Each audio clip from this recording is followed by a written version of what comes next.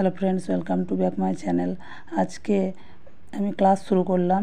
তোমাদেরকে একটা math MCQ solve করে দেখাবো।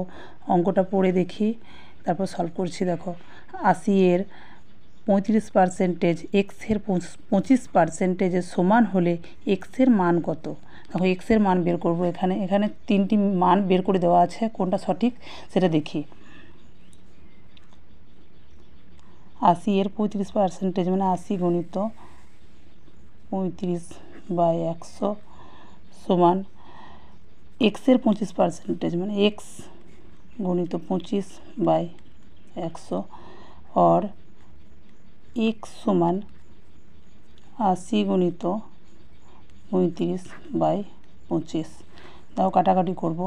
5 দিয়ে 5 7 35, 5 5 25, 5 16 80, 7 16 112। অ্যান্সার হলো 112।